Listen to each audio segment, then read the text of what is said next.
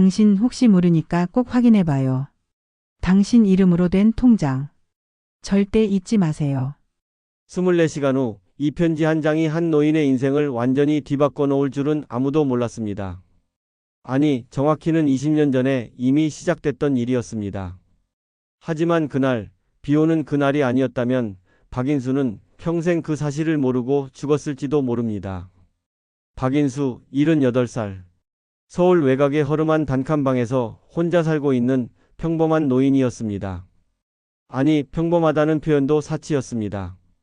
그는 가족들에게 버림받은 노인이었으니까요. 한 달에 한 번 아들한테 전화를 걸면 항상 같은 대답만 돌아왔습니다. 아버지, 바빠요. 나중에 전화 드릴게요. 그 나중은 영원히 오지 않았습니다. 인수는 더 이상 전화하지 않았습니다. 자존심이 상했고 슬펐고 무엇보다 외로웠습니다. 하지만 참았습니다. 아들도 바쁠 거라고, 며느리도 힘들 거라고 스스로를 위로했습니다. 그런데 오늘은 달랐습니다. 오늘은 참을 수가 없었습니다. 오늘은 아내의 기일이었으니까요. 20년 전 암으로 세상을 떠난 아내. 박순애. 그녀가 떠난 뒤로 인수의 삶은 천천히 무너져 내렸습니다. 함께 운영하던 작은 부동산 중개소도 문을 닫았고 모아둔 돈도 병원비로 다 써버렸습니다.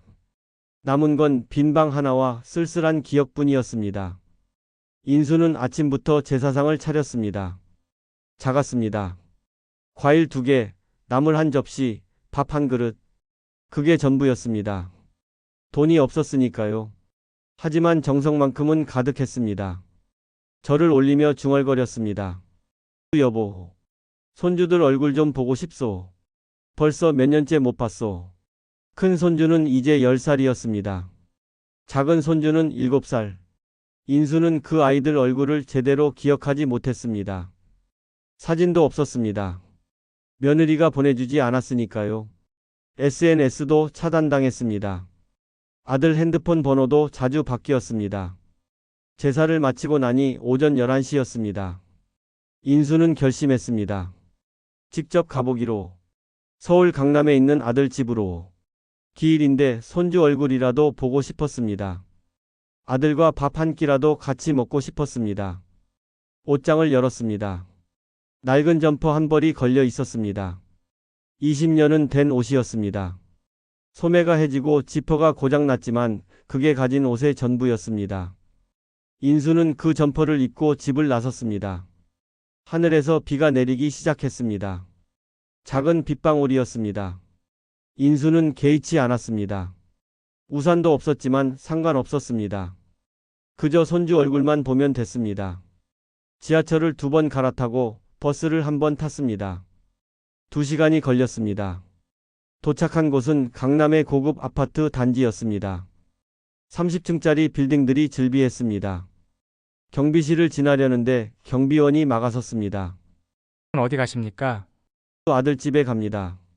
이동 1503호. 주민한테 연락하셨어요. 아니요. 깜짝 방문이라서. 경비원이 인수를 위아래로 훑어봤습니다. 낡은 점퍼, 젖은 바지, 해진 운동화. 경비원의 눈빛이 차가워졌습니다. 여기 아무나 못 들어갑니다. 먼저 연락하고 오세요. 제 아들인데 왜 연락을 해야 합니까? 규정이 그렇습니다. 결국 인수는 밖에서 아들한테 전화를 걸었습니다. 1번, 2번, 3번. 받지 않았습니다. 4번째에 겨우 연결됐습니다. 네, 아버지. 나야. 지금 너희 아파트 앞인데 올라가도 되겠니? 지금요? 왜요? 오늘이 무슨 날인지 아니? 침묵이 흘렀습니다. 긴 침묵이었습니다. 아들은 기억하지 못하고 있었습니다. 자기 어머니의 기일을. 아, 그게. 아버지, 오늘 좀 곤란한데요. 뭐가 곤란하니? 밥 한 끼만 같이 먹자. 손주들 얼굴만 보면 돼. 와이프가 지금 집에 사람 오는 거 좀 그렇대요. 내가 사람이 아니라는 거냐? 그게 아니라 전화가 끊겼습니다. 인수의 손이 떨렸습니다. 분노가 아니었습니다. 슬픔이었습니다. 가슴이 무너지는 기분이었습니다. 하지만 포기할 수 없었습니다. 여기까지 왔는데 그냥 돌아갈 수는 없었습니다. 인수는 경비원한테 사정했습니다. 제발 좀 보내주시오. 손주 얼굴만 보고 갈게요. 그건 안 된다니까요. 주민이 허락 안 하면 못 들어갑니다. 그때 누군가 경비실 앞을 지나갔습니다. 같은 아파트 주민이었습니다. 경비원이 공손하게 인사했습니다. 출입문이 열렸습니다. 인수는 그 틈을 타서 안으로 들어갔습니다. 경비원이 소리쳤지만 인수는 뛰었습니다. 78살 노인이 뛰었습니다. 엘리베이터를 탔습니다. 숨이 찼습니다. 가슴이 두근거렸습니다. 15층에서 내렸습니다. 복도를 걸었습니다. 1503호. 아들의 집이었습니다. 초인종을 눌렀습니다. 한참 뒤에 인터폰이 켜졌습니다. 며느리의 목소리였습니다. 누구세요? 나야. 아버지야. 우리 아버님? 문이 열렸습니다. 하지만 완전히 열리지 않았습니다. 안전고리가 걸려 있었습니다. 문틈 사이로 며느리의 얼굴이 보였습니다. 화장을 진하게 한 얼굴이었습니다. 표정은 차가웠습니다.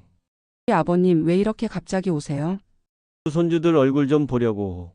우리 애들 학원 갔어요. 그럼 돌아올 때까지 기다리게. 아버님, 저희도 사정이 있어요. 오늘은 좀. 오늘이 무슨 날인지 아니? 며느리도 몰랐습니다. 시어머니의 기일을. 인수는 허탈했습니다. 내 시어머니 기일이야. 그것도 모르냐? 죄송해요. 하지만 오늘은 정말 안 돼요. 다음에 연락 주시면 제가 시간 맞춰 드릴게요. 다음은 언제냐? 나중에 전화 드릴게요. 문이 닫혔습니다. 완전히 닫혔습니다. 인수는 문 앞에 서 있었습니다. 복도는 조용했습니다. 너무 조용했습니다. 인수의 입에서 한숨이 새어나왔습니다. 밖으로 나왔습니다. 비가 더 세게 내리고 있었습니다. 우산이 없었습니다. 인수는 그냥 걸었습니다. 온몸이 젖었습니다. 머리카락에서 빗물이 흘러내렸습니다. 점퍼가 무겁게 젖었습니다. 버스 정류장에서 잠시 비를 피했습니다. 주머니에서 지갑을 꺼냈습니다. 교통카드를 확인하려고요. 그때 작은 종이 한 장이 떨어졌습니다. 오래된 편지였습니다. 접힌 상태로 지갑 안쪽 깊숙한 곳에 있던 편지였습니다. 인수는 그 편지를 펼쳤습니다. 익숙한 글씨체였습니다. 아내의 글씨였습니다. 20년 전 아내가 죽기 며칠 전에 쓴 편지였습니다. 인수는 이 편지를 읽고 있었습니다. 편지를 읽기 시작했습니다. 글씨가 떨려 있었습니다. 아팠을 겁니다. 손에 힘이 없었을 겁니다. 하지만 또박또박 썼습니다. 당신 내가 떠나도 너무 슬퍼하지 마세요. 우리 좋은 날도 많았잖아요. 그리고 혹시 모르니까 꼭 확인해봐요. 우리 이름으로 된 통장들 있잖아요. 특히 당신 이름으로 된 거. 절대 잊지 마세요. 은행에 가보세요. 신한은행 서울역 지점. 꼭이에요. 사랑해요, 당신. 인수는 편지를 다시 읽었습니다. 한 번 더 읽었습니다. 통장? 무슨 통장? 기억이 나지 않았습니다. 20년 전 일이었습니다. 그때는 아내 병원비 내느라 정신이 없었습니다. 장례 치르느라 바빴습니다. 통장 같은 건 생각할 겨를이 없었습니다. 하지만 아내가 이렇게까지 써놨다면 뭔가 있을 겁니다. 인수는 편지를 조심스럽게 접어서 다시 지갑에 넣었습니다. 비를 맞으며 생각했습니다. 내일 은행에 가보자. 신한은행 서울역 지점. 아내가 남긴 마지막 말이니까 뭐라도 있을 겁니다. 아니, 아무것도 없어도 괜찮습니다. 아내를 기억할 수 있다면 그것만으로도 충분했습니다. 버스가 왔습니다. 인수는 버스에 올라탔습니다. 창밖으로 비가 쏟아졌습니다. 그 빗줄기 너머로 강남의 화려한 불빛들이 흐릿하게 보였습니다. 저 안 어딘가에 아들이 살고 있었습니다. 손주들이 살고 있었습니다. 하지만 그들은 인수를 원하지 않았습니다. 문전박대당한 노인. 그게 인수의 현실이었습니다. 인수는 눈을 감았습니다. 아내의 목소리가 들리는 것 같았습니다. 당신 꼭 확인해봐요. 꼭이에요. 내일이었습니다. 내일 은행에 가면 뭔가 달라질까요? 인수는 몰랐습니다. 하지만 한 가지는 확실했습니다. 오늘보다 더 나쁠 순 없을 거라는 것. 이미 바닥이었으니까요. 집에 도착했습니다. 젖은 옷을 벗었습니다. 샤워를 했습니다. 따뜻한 물이 몸을 감쌌지만 마음은 여전히 차가웠습니다. 거울을 봤습니다. 78살 노인의 얼굴이 보였습니다. 주름투성이었습니다. 눈가가 처져 있었습니다. 여보, 내일 당신이 말한 그 은행 가볼게요. 뭐가 있을지 모르겠지만 당신 말이니까 믿어볼게요. 그날 밤 인수는 편지를 베개 밑에 넣고 잤습니다. 꿈을 꿨습니다. 아내와 함께 웃고 있는 꿈이었습니다. 젊었을 때의 모습이었습니다. 행복했던 시절이었습니다. 하지만 아침이 오면 현실이었습니다. 문전박대당한 노인의 현실. 하지만 이제 작은 희망이 생겼습니다. 아내가 남긴 편지. 그 편지 한 장이 인수의 인생을 바꿀 줄은 아무도 몰랐습니다. 다음 날 아침 인수는 일찍 일어났습니다. 은행은 9시에 열었습니다. 서울역까지 가는데 1시간이 걸렸습니다. 서두르면 9시 반쯤 도착할 수 있었습니다. 옷을 입었습니다. 낡은 점퍼였습니다. 다른 옷이 없었으니까요. 편지를 꺼내서 다시 한번 읽었습니다. 신한은행 서울역 지점. 틀림없었습니다. 집을 나서며 중얼거렸습니다. 여보, 당신이 뭘 남겨놨는지 모르겠지만 오늘 확인해 볼게요. 당신 말대로요. 그는 몰랐습니다. 몇 시간 후 자신의 인생이 완전히 바뀔 거라는 걸, 문전박대당했던 노인이 세상을 뒤흔들 사람이 될 거라는 걸, 그 모든 건 아내가 20년 전에 준비해둔 선물이었습니다. 비는 그쳤습니다. 하지만 인수의 인생에는 이제 막 폭풍이 몰려오고 있었습니다. 100억. 그 숫자가 화면에 뜨는 순간 박인수의 심장이 멎었습니다. 아니, 멎은 게 아니라 미친 듯이 뛰기 시작했습니다. 귀에서 이명이 들렸습니다. 눈앞이 하얗게 변했습니다. 은행 직원의 입이 움직이고 있었지만 소리가 들리지 않았습니다. 그날 아침 인수는 신한은행 서울역 지점 문을 열었습니다. 오전 9시 30분이었습니다. 은행은 한산했습니다. 창구 직원 한 명이 무료한 표정으로 앉아 있었습니다. 인수가 다가갔습니다. 주머니에서 낡은 편지를 꺼냈습니다. 직원은 인수를 위아래로 훑어봤습니다. 해진 점퍼, 낡은 바지. 별 볼 일 없는 노인이라는 표정이었습니다. 인수가 말했습니다. 제 명의로 된 계좌를 찾고 싶습니다. 통장 가지고 오셨어요? 없습니다. 20년 전 일이라. 직원이 한숨을 쉬었습니다. 귀찮다는 표정이었습니다. 하지만 신분증을 받아서 조회했습니다. 컴퓨터 자판을 두드렸습니다. 화면을 들여다봤습니다. 그리고 눈을 깜빡였습니다. 한 번 더 확인했습니다. 표정이 변했습니다. 손님, 잠시만 기다려주세요. 직원이 일어나서 안쪽으로 사라졌습니다. 뭔가 이상했습니다. 팀장을 데리고 왔습니다. 팀장이 화면을 봤습니다. 그리고 인수를 다시 봤습니다. 눈빛이 완전히 달라져 있었습니다. 박인수 고객님 맞으십니까? 네, 맞습니다. 신분증 다시 한번 확인하겠습니다. 신분증을 3번이나 확인했습니다. 사진과 얼굴을 비교했습니다.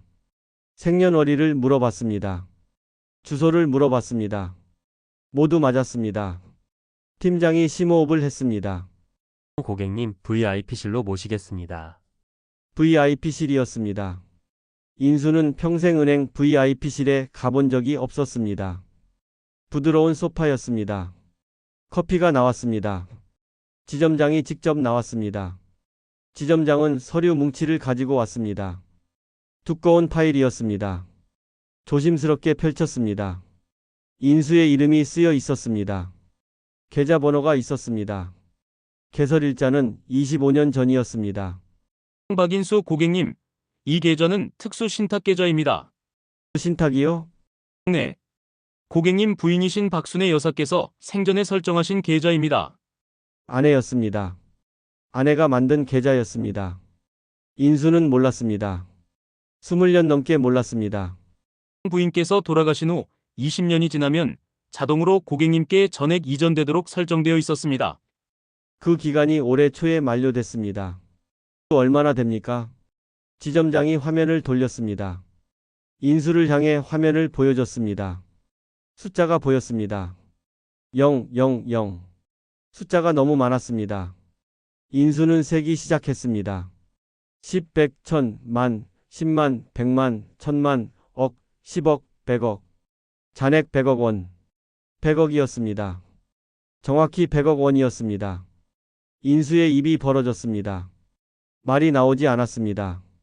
숨이 막혔습니다. 부인께서 운영하시던 부동산 수익금을 꾸준히 적립하셨습니다. 그리고 안전한 투자 상품으로 운용하셨고요. 20년 동안 복리로 불어난 겁니다. 아내였습니다. 아내가 이 모든 걸 준비했던 겁니다. 인수가 혼자 남았을 때를 대비해서, 늙고 외롭고 가난할 인수를 위해서 20년 전 죽어가면서도 이 모든 걸 계획했던 겁니다. 인수의 눈에서 눈물이 흘렀습니다. 소리 없이 흘렀습니다. 지점장이 휴지를 건넸습니다. 인수는 한참을 울었습니다. 슬픔이 아니었습니다. 감사였습니다.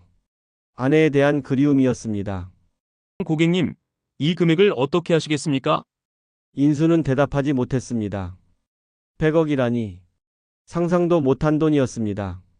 어제까지만 해도 교통비 아끼려고 한 정거장을 걸었던 사람이었습니다. 그런 사람한테 갑자기 100억이 생긴 겁니다. 하지만 한 가지는 확실했습니다. 어제 자기를 문전박대했던 사람들한테는 절대 알리지 않겠다는 것. 아들에게도 며느리에게도. 그들은 인수가 가난할 때 버렸습니다. 부자가 됐다고 돌아올 자격이 없었습니다. 일단 그대로 두겠습니다. 천천히 생각해 보겠습니다. 알겠습니다. 필요하신 게 있으면 언제든 연락 주십시오. 은행을 나왔습니다. 거리는 똑같았습니다. 사람들도 똑같았습니다. 하지만 인수는 달라졌습니다. 주머니 속 신분증은 똑같았지만 그 사람의 가치는 완전히 바뀌었습니다. 지하철을 탔습니다. 예전처럼 서서 갔습니다. 하지만 마음은 달랐습니다. 이제 택시를 타도 됐습니다. 아니, 차를 사도 됐습니다. 하지만 인수는 그러지 않았습니다. 돈이 생겼다고 삶의 방식을 바꾸고 싶지 않았습니다.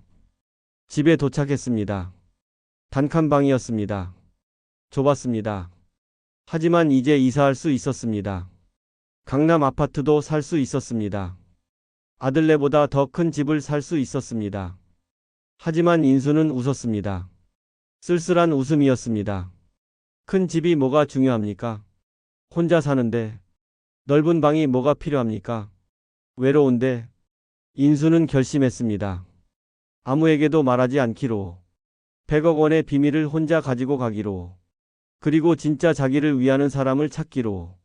돈이 아니라 마음으로 다가오는 사람을. 그날 밤 핸드폰이 울렸습니다. 아들이었습니다. 인수는 받지 않았습니다. 문자가 왔습니다. 아버지, 어제는 죄송했어요. 주말에 저희 집으로 오세요. 인수는 답장하지 않았습니다. 이제 그들의 시간은 끝났습니다. 새로운 시작이었습니다. 100억을 가진 노인이 아니라 진심을 찾는 사람의 시작이었습니다. 딱 사흘이 걸렸습니다. 인수가 100억을 찾았다는 소문이 며느리 귀에 들어가는데 은행 직원 중 누군가 입을 놀렸던 겁니다. 아니면 지점장이 실수로 말했을 수도 있었습니다. 어쨌든 소문은 퍼졌습니다. 그날 오후 초인종이 울렸습니다. 인수는 TV를 보고 있었습니다. 누구일까 싶어서 문을 열었습니다. 며느리였습니다. 그것도 혼자가 아니었습니다. 아들과 손주 둘을 데리고 왔습니다. 며느리의 얼굴은 환했습니다. 사흘 전 문틈 사이로 보던 그 차가운 얼굴이 아니었습니다. 웃고 있었습니다. 활짝 웃고 있었습니다. 손에는 비싼 과일 바구니를 들고 있었습니다. 아버님, 깜짝 방문이에요. 인수는 아무 말도 하지 않았습니다. 그저 지켜봤습니다. 며느리가 안으로 들어왔습니다. 아들도 따라 들어왔습니다. 손주들도 왔습니다. 좁은 방이 갑자기 붐볐습니다. 며느리는 방 안을 둘러봤습니다. 낡은 벽지, 작은 냉장고, 해진 이불. 표정이 묘했습니다. 동정인지 경멸인지 알 수 없는 표정이었습니다. 하지만 금방 미소로 바뀌었습니다. 아버님 이런 데서 사시면 어떡해요? 저희 집으로 모셔가야겠어요. 사흘 전에는 문도 열어주지 않았던 사람이었습니다. 기일인데도 거절했던 사람이었습니다. 그런 사람이 이제 와서 모셔가겠다고 했습니다. 인수는 이유를 알고 있었습니다. 아버지, 은행 다녀오셨다면서요? 드디어 본론이었습니다. 인수는 고개를 끄덕였습니다. 아들이 어색하게 웃었습니다. 큰돈이시던데. 혼자 관리하시기 힘드시죠? 맞아요, 아버님. 요즘 사기꾼들 많잖아요. 저희가 관리해 드릴게요. 관리. 그들이 쓰고 싶다는 말이었습니다. 인수는 손주들을 봤습니다. 아이들은 불편해 보였습니다. 엄마한테 끌려온 것 같았습니다. 오고 싶어서 온 게 아니었습니다. 며느리가 가방에서 서류를 꺼냈습니다. 미리 준비해 온 겁니다. 위임장이었습니다. 인수의 재산을 며느리 명의로 관리하겠다는 내용이었습니다. 여기 서명만 하시면 돼요. 제가 안전하게 불려드릴게요. 인수는 서류를 받았습니다. 천천히 읽었습니다.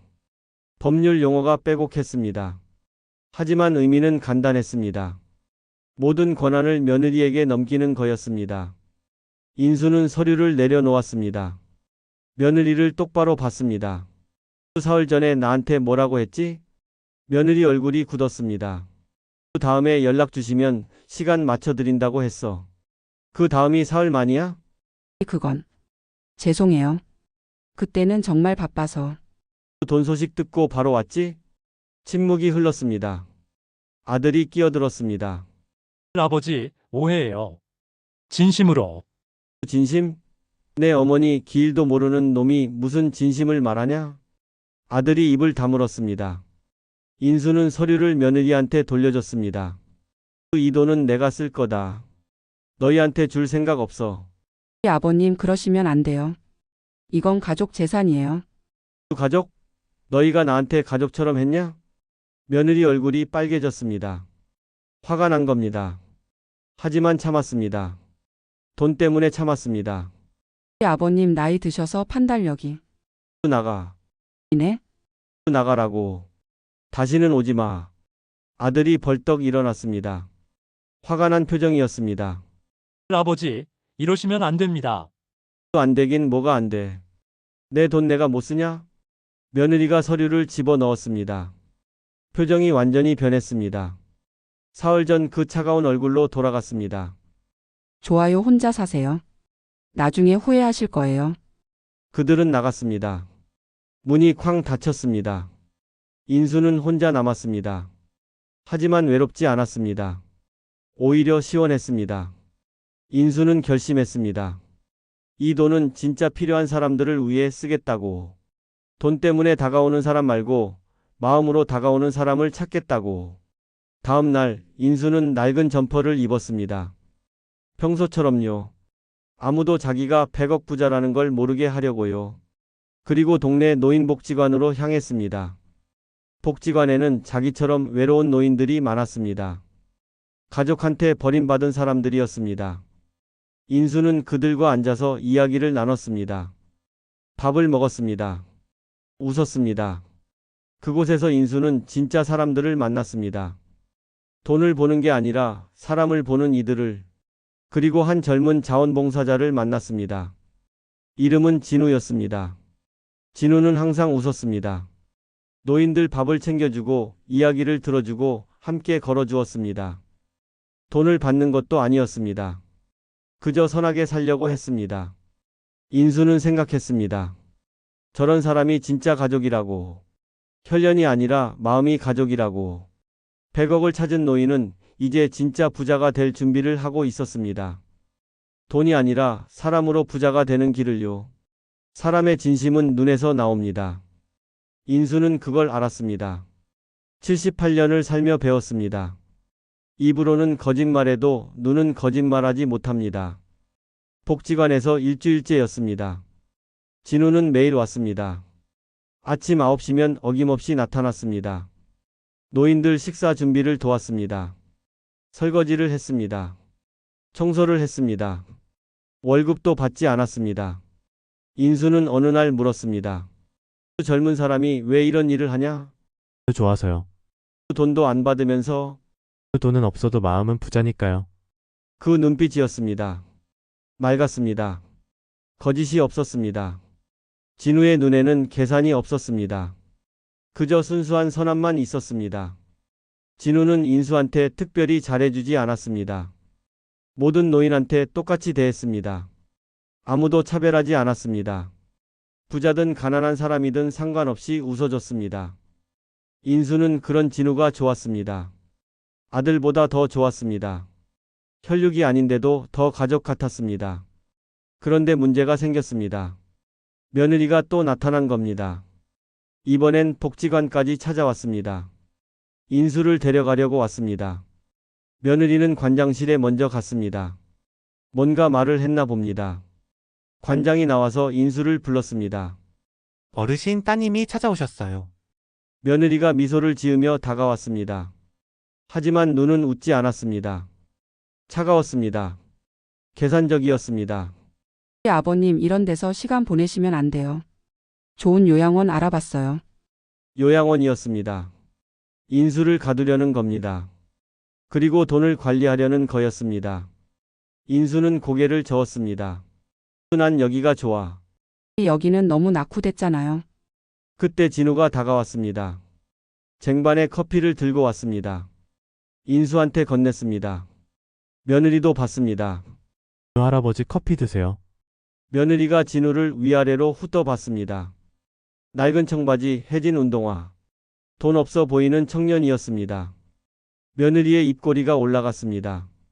비웃는 표정이었습니다. 할아버지 저런 애한테 휘둘리지 마세요. 요즘 노인 타겟으로 사기치는 애들 많아요. 진우의 얼굴이 굳었습니다. 상처받은 표정이었습니다. 하지만 아무 말 하지 않았습니다. 그저 물러났습니다. 인수는 화가 났습니다. 며느리의 그 차가운 눈빛이 진우를 깎아내리는 말이 모든 게 역겨웠습니다. 저 청년은 사기꾼이 아니야. 오히려 너보다 100배는 나은 사람이지. 아버님 정신 차리세요. 돈 생기니까 이상한 사람들이 꼬이는 거예요. 그 이상한 건 너다. 돈 생기기 전엔 문도 안 열어주더니. 며느리 얼굴이 붉어졌습니다. 하지만 참았습니다. 여전히 돈이 목적이었으니까요. 아버님 제발 정신 차리세요.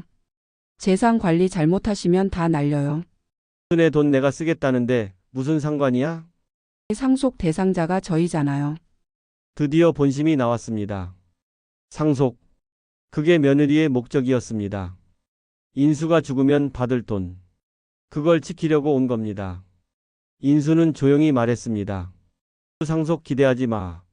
한 푼도 안 줄 거니까. 뭐라고요? 이 돈 전부 기부할 거야. 며느리의 얼굴이 하얗게 변했습니다.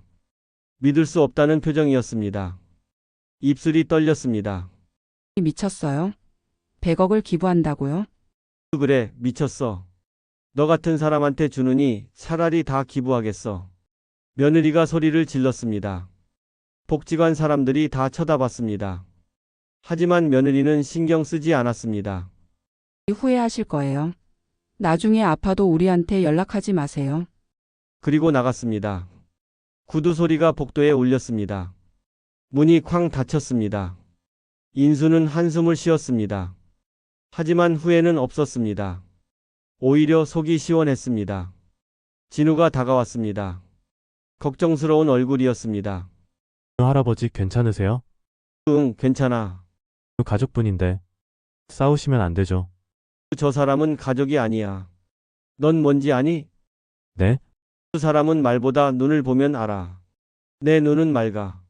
저 사람 눈은 탁해. 진우가 어색하게 웃었습니다. 하지만 그 눈은 여전히 맑았습니다. 거짓이 없었습니다. 인수는 결심했습니다. 이 청년이 진짜 가족이라고. 혈연보다 마음이 중요하다고. 그리고 머지않아 진우를 시험해 볼 생각이었습니다. 진심인지 확인하기 위해서. 돈 앞에서도 흔들리지 않는지 보기 위해서. 인수의 계획이 조용히 시작되고 있었습니다. 인간의 본심은 돈 앞에서 드러납니다. 인수는 그걸 평생 보며 살았습니다. 친구도 그랬고 친척도 그랬습니다. 돈이 생기면 다가오고 돈이 떨어지면 떠났습니다. 이제 마지막 시험이었습니다. 며느리와 진우. 이 두 사람의 진짜 얼굴을 확인할 시간이었습니다. 인수는 일주일 동안 준비했습니다. 가짜 서류를 만들었습니다. 그럴싸한 투자 제안서였습니다. 재개발 사업 투자. 수익률 300%. 물론 전부 거짓이었습니다. 하지만 욕심 많은 사람 눈에는 황금으로 보일 서류였습니다. 며느리한테 먼저 연락했습니다. 문자를 보냈습니다. 좋은 투자처 있어. 만나자. 30분도 안 돼서 답장이 왔습니다. 언제요? 지금 바로 갈까요? 역시 돈 이야기만 나오면 달려오는 사람이었습니다. 인수는 카페를 정했습니다. 조용한 곳이었습니다. 다음 날 오후 며느리가 왔습니다. 평소보다 차림새가 달랐습니다. 정장을 입었습니다. 화장을 진하게 했습니다. 사업 미팅처럼 준비한 겁니다.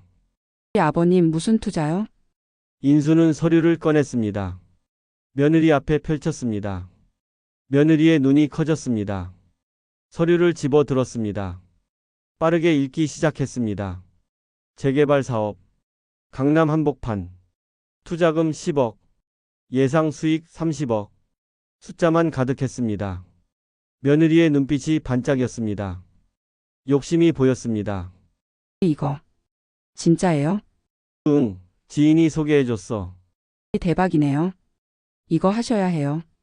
사람은 안 물어봤습니다.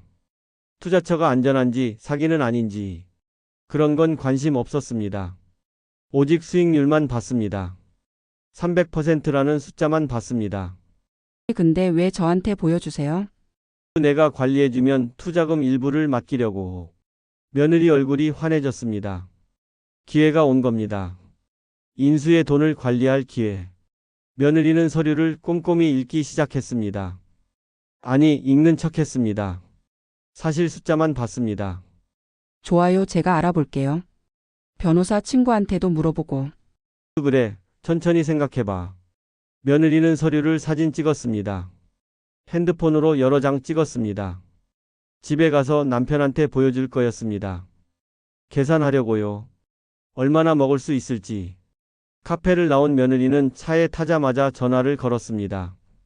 남편한테였습니다. 소리가 컸습니다. 인수한테 들릴 정도였습니다. 여보, 대박 터졌어. 아버지가 큰 투자하신대. 차가 떠났습니다. 며느리의 욕심을 가득 실은 차였습니다. 인수는 한숨을 쉬었습니다. 예상대로였습니다. 며느리는 시험에 떨어졌습니다.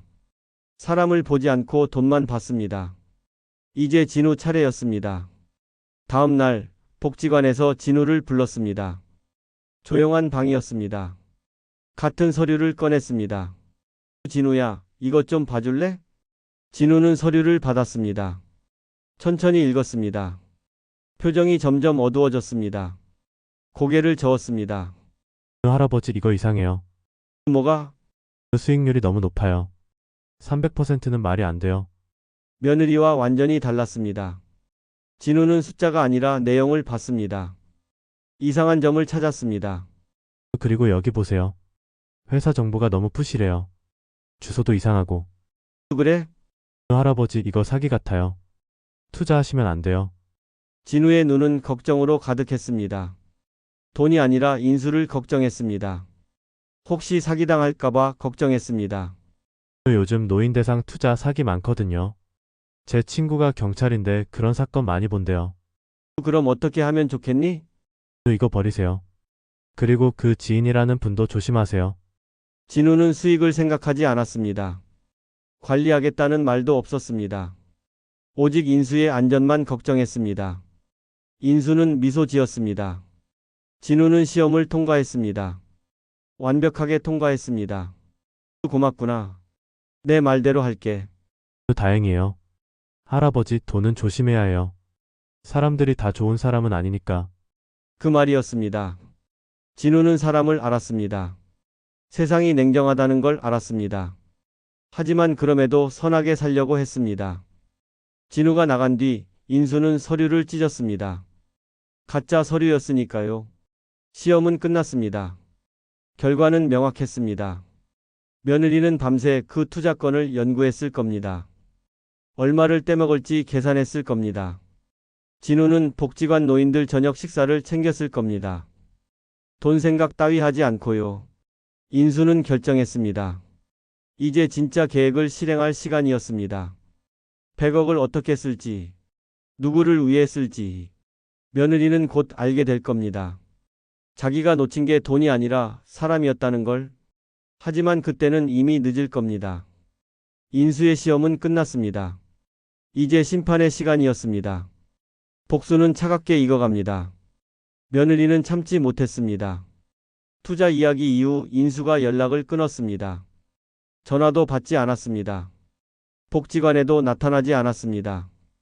며느리는 조바심이 났습니다. 100억이 손가락 사이로 빠져나가는 것 같았습니다. 그래서 선택했습니다. 최악의 방법을요. 며느리는 몰래 인수 집에 찾아갔습니다. 인수가 없는 틈을 노렸습니다. 관리실에 거짓말했습니다. 아버지가 쓰러졌다고. 열쇠를 빌렸습니다. 방 안을 뒤졌습니다. 서랍을 열었습니다. 옷장을 뒤졌습니다. 그리고 찾았습니다. 은행 서류를, 통장 사본을, 100억이 찍힌 잔고증명서를. 며느리는 사진을 찍었습니다. 모든 걸 찍었습니다. 계좌번호, 잔액, 인수의 신분증까지. 증거를 확보한 겁니다. 그리고 언론사에 제보했습니다. 유명한 시사 프로그램이었습니다. 제보 내용은 충격적이었습니다. 78세 노인이 100억을 상속받았는데 젊은 남자한테 세뇌당하고 있습니다. 치매 증상도 있는데 전 재산을 기부한다고 합니다. 도와주세요. 언론은 움직였습니다. 빨랐습니다. 특종이었으니까요. 기자들이 복지관으로 몰려왔습니다. 카메라를 들고 왔습니다. 진우가 복지관을 나서는데 기자들이 둘러쌌습니다. 마이크를 들이댔습니다. 카메라 플래시가 터졌습니다. 박인수 씨를 세뇌한 게 맞습니까? 네? 무슨 말씀이세요? 100억 재산을 노리고 접근한 거 아닙니까? 진우는 당황했습니다. 무슨 소린지 몰랐습니다. 100억이라니. 할아버지가 100억을 가지고 있다니. 처음 듣는 이야기였습니다. 그날 저녁 뉴스가 나갔습니다. 자막이 떴습니다. 100억 노인 젊은 남성에게 세뇌? 며느리가 인터뷰에 나왔습니다. 얼굴은 모자이크 처리됐지만 목소리는 또렷했습니다. 아버님이 돈 생기고 나서 이상해지셨어요. 복지관에서 만난 젊은 남자만 믿으세요. 가족 말은 안 들으세요. 거짓말이었습니다. 전부 거짓말이었습니다. 하지만 방송은 나갔습니다. 전국으로 퍼졌습니다. 인수는 그 뉴스를 봤습니다. TV 앞에 앉아 봤습니다. 며느리의 인터뷰를, 자기를 치매 노인으로 만드는 장면을. 분노가 치밀었습니다. 아니, 분노보다 허탈함이었습니다. 이 정도까지 할 줄은 몰랐습니다. 며느리가 이렇게까지 타락했을 줄은. 돈 때문에 시아버지를 치매 환자로 만들고 은인을 사기꾼으로 만들다니. 인수는 결심했습니다. 이제 끝낼 때가 됐다고. 모든 걸 밝힐 때가 됐다고. 다음 날 기자회견이 열렸습니다. 며느리가 주최했습니다. 인수를 보호한다는 명목이었습니다. 하지만 진짜 목적은 달랐습니다. 인수를 무능력자로 만들어서 재산을 관리하려는 거였습니다. 기자회견장은 기자들로 가득했습니다. 카메라가 즐비했습니다. 며느리가 단상에 섰습니다. 눈물까지 준비했습니다. 저희 아버님은 고령이십니다. 판단력이 흐려지셨어요. 그런데 나쁜 사람이 접근해서. 바로 그때였습니다. 뒤쪽 문이 열렸습니다. 인수가 들어왔습니다. 혼자가 아니었습니다. 변호사를 대동했습니다. 그리고 은행장도 함께였습니다. 기자들이 웅성거렸습니다. 카메라가 일제히 인수를 향했습니다. 며느리의 얼굴이 하얗게 변했습니다. 인수는 단상으로 걸어갔습니다. 천천히 걸었습니다. 78살이지만 당당했습니다. 며느리를 지나쳤습니다. 며느리는 얼어붙었습니다. 인수가 마이크를 잡았습니다. 기자들이 조용해졌습니다. 카메라 셔터 소리만 들렸습니다. 여러분, 제가 박인수입니다. 목소리는 또렷했습니다. 떨림이 없었습니다. 치매 환자의 목소리가 아니었습니다. 저는 치매가 없습니다. 판단력도 멀쩡합니다. 그리고 제 돈을 어떻게 쓸지도 정확히 알고 있습니다. 인수는 통장을 꺼냈습니다. 100억이 찍힌 통장이었습니다. 기자들 앞에 들어 보였습니다. 카메라 플래시가 터졌습니다. 이 돈은 제 아내가 남긴 겁니다. 20년 전부터 준비한 돈입니다. 저를 위해 남긴 돈입니다. 며느리가 입술을 깨물었습니다. 손이 떨렸습니다. 하지만 저는 이 돈이 필요 없습니다. 저보다 더 필요한 사람들이 있으니까요. 인수는 통장을 찢기 시작했습니다. 천천히 찢었습니다. 기자들이 숨을 죽였습니다. 며느리가 비명을 질렀습니다. 안 돼요.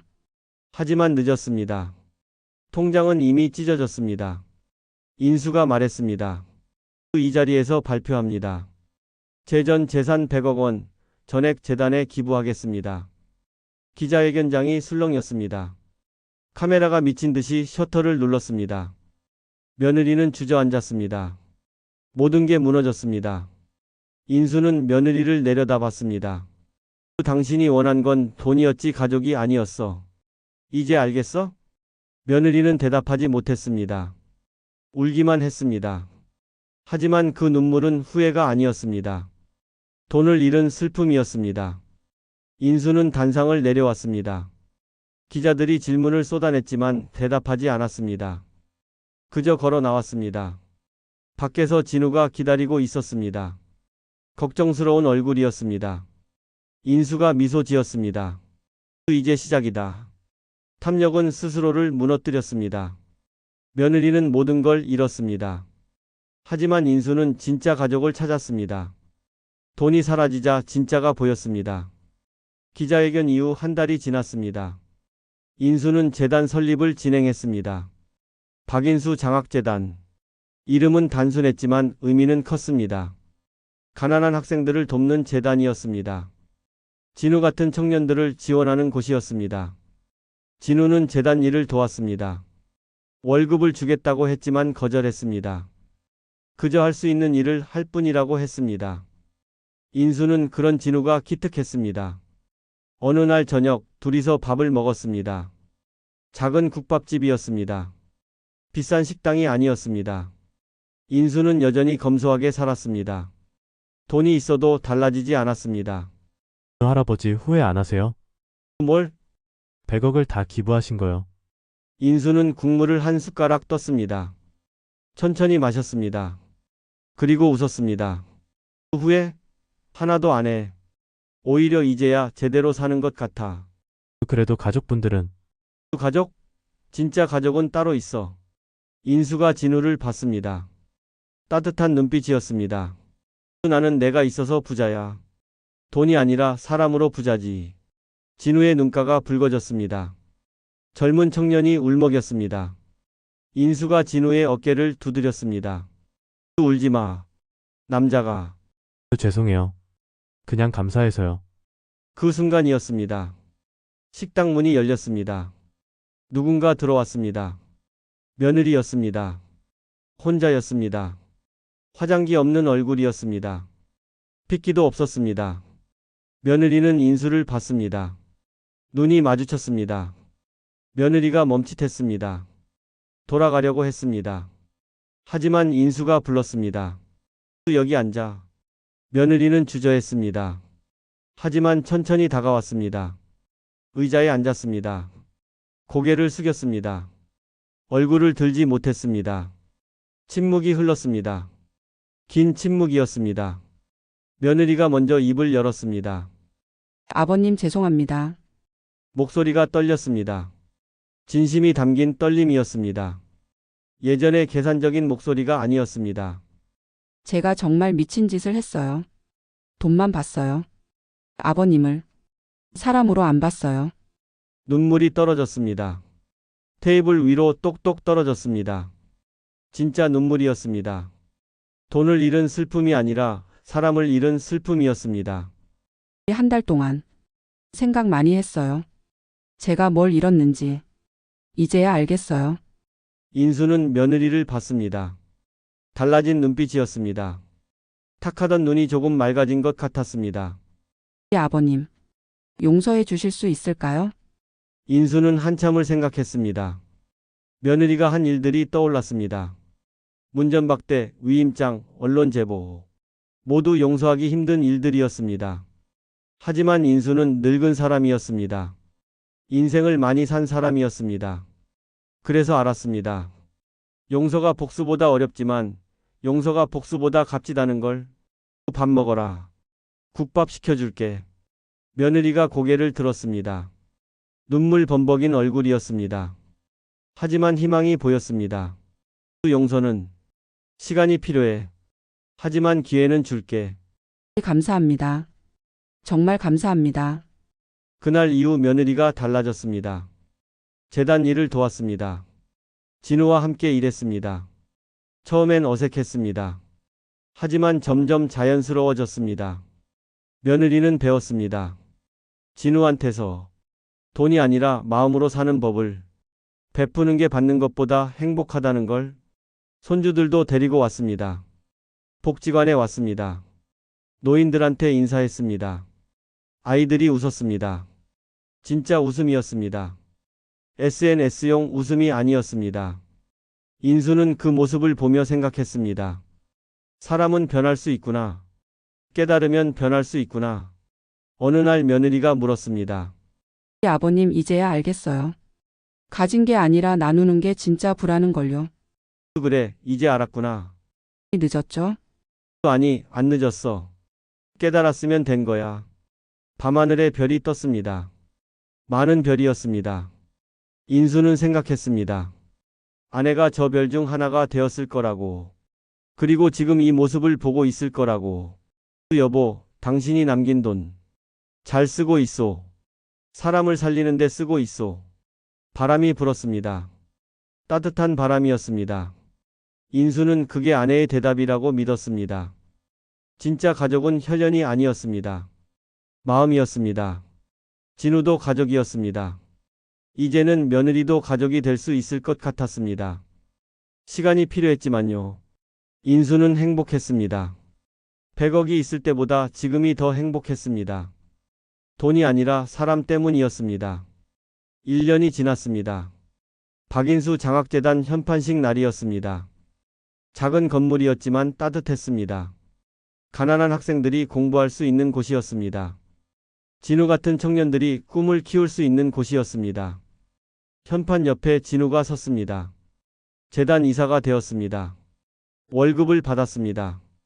처음에는 거절했지만 인수가 설득했습니다. 일하는 사람은 대가를 받아야 한다고. 진우는 그 돈으로 더 많은 사람을 도왔습니다. 며느리도 옆에 섰습니다. 재단 사무국장이었습니다. 1년 동안 달라졌습니다. 명품 옷을 벗었습니다. 편한 옷을 입었습니다. SNS도 지웠습니다. 진짜 삶을 살기 시작했습니다. 아들도 왔습니다. 손주들과 함께 왔습니다. 1년 만에 보는 얼굴이었습니다. 아들은 아버지 앞에 섰습니다. 고개를 숙였습니다. 아버지, 죄송합니다. 고개 들어라. 저도 어머니 길 잊었던 거 평생 후회할 거예요. 인수는 아들의 어깨를 두드렸습니다. 말없이 안아줬습니다. 아들이 울었습니다. 1년 동안 참았던 눈물이었습니다. 손주들이 인수한테 달려왔습니다. 할아버지라고 불렀습니다. 그 목소리가 달았습니다. 인수는 손주들을 안았습니다. 1년 전 문전박대당했던 그날이 떠올랐습니다. 비를 맞으며 돌아섰던 그날이. 하지만 이제는 달랐습니다. 가족이 돌아왔습니다. 돈 때문이 아니라 뒤늦은 깨달음 때문이었습니다. 현판식이 끝났습니다. 사람들이 모였습니다. 복지관 노인들, 장학생들, 자원봉사자들 모두 웃고 있었습니다. 진짜 웃음이었습니다. 벽 한쪽에 문구가 새겨져 있었습니다. 인수가 직접 고른 문장이었습니다. 문전박대당한 노인이 세상엔 문을 열었다. 간단했지만 의미가 깊었습니다. 인수의 인생이 담긴 문장이었습니다. 그날 저녁 비가 내렸습니다. 1년 전 그날처럼 인수는 창문 앞에 섰습니다. 빗소리를 들었습니다. 하지만 이번엔 슬프지 않았습니다. 평화로웠습니다. 진우가 커피를 가져왔습니다. 2잔이었습니다. 하나는 인수한테 줬습니다. 하나는 자기가 마셨습니다. 둘이서 창밖을 봤습니다. 회장님 행복하세요? 응, 행복해. 100억이 있을 때보다요? 비교도 안 돼. 지금이 100배는 더 행복해. 진우가 웃었습니다. 인수도 웃었습니다. 빗소리가 창을 두드렸습니다. 따뜻한 소리였습니다. 며느리가 안으로 들어왔습니다. 손에 봉투를 들고 있었습니다. 아버님 이거 드릴 게 있어요. 봉투를 열었습니다. 사진이었습니다. 인수와 아내가 젊었을 때 사진이었습니다. 오래된 사진이었습니다. 며느리가 집에서 찾았다고 했습니다. 인수는 사진을 받았습니다. 떨리는 손으로 받았습니다. 아내의 얼굴이 보였습니다. 웃고 있는 얼굴이었습니다. 20년 만에 보는 미소였습니다. 고맙구나. 아니에요. 제가 이제야 알았어요. 아버님이 진짜 원하신 게 뭔지. 뭔데? 돈이 아니라 가족이었죠. 따뜻한 마음이었죠. 인수는 고개를 끄덕였습니다. 며느리가 달라졌습니다. 진짜로 달라졌습니다. 밤이 깊었습니다. 모두 돌아갔습니다. 인수는 혼자 남았고 사진을 들여다봤습니다. 아내한테 말했습니다. 여보, 당신 덕분이요. 당신이 남긴 100억. 100명 넘는 학생들 공부시키고 있소. 1000명 넘는 노인들 밥 먹이고 있소. 사진 속 아내가 웃는 것 같았습니다. 돈은 다 썼지만 부자요. 사람이 많으니까. 따뜻한 사람들이 많으니까. 바람이 불었습니다. 창문이 살짝 열려 있었습니다. 커튼이 흔들렸습니다. 인수는 그게 아내의 대답이라고 믿었습니다. 다음 날 아침 근처 카페에 갔습니다. 작은 카페였습니다. 커피를 주문했습니다. 2잔을 주문했습니다. 계산하고 나가려는데 점원이 불렀습니다. 손님 잔 하나 더 두고 가세요. 아까 누가 쪽지 남기고 갔어요. 쪽지를 펼쳤습니다. 익숙한 글씨였습니다. 며느리 글씨였습니다. 아버님 그때 그 커피가 이제 갚아요. 늦었지만 감사합니다. 사람 되게 해주셔서. 인수는 미소 지었습니다. 커피 한 잔을 테이블에 놓았습니다. 창가 자리였습니다. 햇살이 들어오는 자리였습니다. 그 커피는 다음 사람을 위한 거였습니다. 돈 없는 사람, 외로운 사람, 따뜻함이 필요한 사람. 인수는 카페를 나왔습니다. 거리를 걸었습니다. 낡은 점퍼를 입고 있었습니다. 여전히 가난해 보이는 노인이었습니다. 하지만 달랐습니다. 얼굴이 환했습니다. 걸음이 가벼웠습니다. 지나가는 사람들은 몰랐습니다. 저 노인이 100억을 움직인 사람이라는 걸, 100명의 인생을 바꾼 사람이라는 걸. 하지만 인수는 상관없었습니다. 남들이 아는 게 중요한 게 아니었습니다. 자기가 행복한 게 중요했습니다. 하늘이 맑았습니다. 구름 한 점 없이 맑았습니다. 인수는 하늘을 올려다봤습니다. 아내가 있을 것 같은 하늘이었습니다. 여보, 보고 있어? 우리 잘하고 있어. 바람이 대답했습니다. 따뜻한 바람이었습니다. 화면이 서서히 어두워집니다. 하지만 마음은 밝았습니다. 따뜻했습니다. 자막이 떠오릅니다. 진짜 분은 마음이 따뜻한 사람에게 남는다. 지금까지 제 이야기를 들어주셔서 정말 감사합니다. 여러분의 작은 관심과 응원이 제겐 큰 힘이 됩니다. 구독과 좋아요, 그리고 따뜻한 댓글은 더 많은 이야기로 보답할 수 있는 원동력이 됩니다. 다음 이야기에서 다시 찾아뵙겠습니다. 감사합니다.